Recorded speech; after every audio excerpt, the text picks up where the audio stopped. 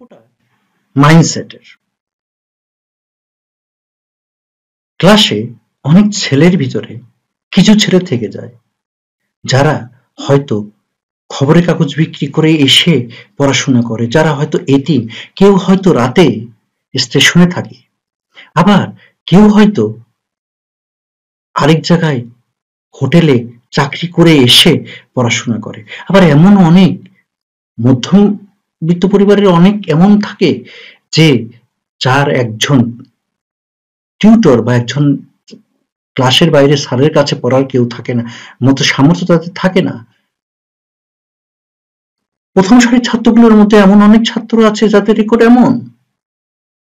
ঠিক পাশাপাশি আরেকটা দৃশ্য কল্পনা করি, এমন অনেক ছেলে মেয়ে আছে এসি ইলেকট্রিসিটি না এসি চলতে পারেনি, সে পড়াশোনা করতে পারছে না, কোনো কারণে খাওয়া দাওয়ায় সামান্য মাংসের জায়গায় হয়তো অন্য কিছু আছে, তার মেজাজ নষ্ট হয়ে গেছে, সে পড়তে পারেনি। তার চারটা টিচার, হাউস টিউটর 4 জন বাসায় এসে পড়ায়, পড়াটাকে গুলিয়ে খাওয়ায়। অথচ ওই প্রথম 5 জনের ভিতর তো দূরের কথা, হয়তো 20 জনের ভিতরেই নাই। আবার পাশাপাশি আরেকটি দিক চিন্তা করুন, লক্ষ্য করে থাকবেন, ট্রাকের উপর করে এক জেলা থেকে আরেক জেলা, 4 জেলা পার হয়ে ট্রাকের উপর করে খালি গায়ে কোনো ছেলে বসে খেলতে খেলতে ট্রাকের উপর করে চলে যাচ্ছে। আর আমার আপনার ঘরের ছেলেটা যদি সামান্য কিছু হয়, নাক দিয়ে পানি পড়ে, আমি আপনি হয়তো সামান্য হাতচো দিল, নাক দিয়ে একটু পানি পড়লো, টিস্যু দিয়ে মুছতে মুছতে বলছি আমি অসুস্থ, আজকে অফিস যেতে পারবো না। এসব কি? Everything is mindset. আমি নিজেকে যখন অসুস্থ বলছি তখন আমার ব্রেন সেটা ধরতে পারছে না এবং আমাকে অসুস্থ হিসেবে বিবেচনা করছে, আমি অসুস্থ হয়ে পড়ছি।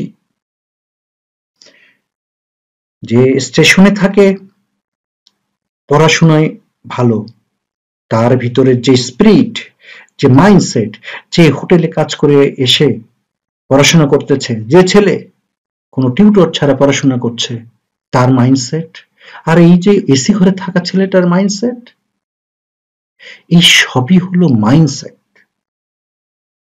কিভাবে আমরা গড়ে তুলব। সুতরাং আপনি জুনিয়রকে, অফিস হলে জুনিয়রকে, বাড়ি হলে নিজের সন্তান ভাই বোনকে এভাবে মাইন্ডসেট ঠিক করে তাদেরকে বড় করবেন, যাতে প্রতিকূলতায় তারা জয়ী হয়। সুতরাং জয় আনতে গোড়া থেকেই মাইন্ডসেটকে সেভাবেই প্রস্তুত করতে হয়, যেটা ভালো একটা কংক্রিট, পাথরের কংক্রিট, সে ভিতটা মজবুত করতে হয়। Mindset, everything is mindset. আপনাকে জিততেই হবে। ধন্যবাদ।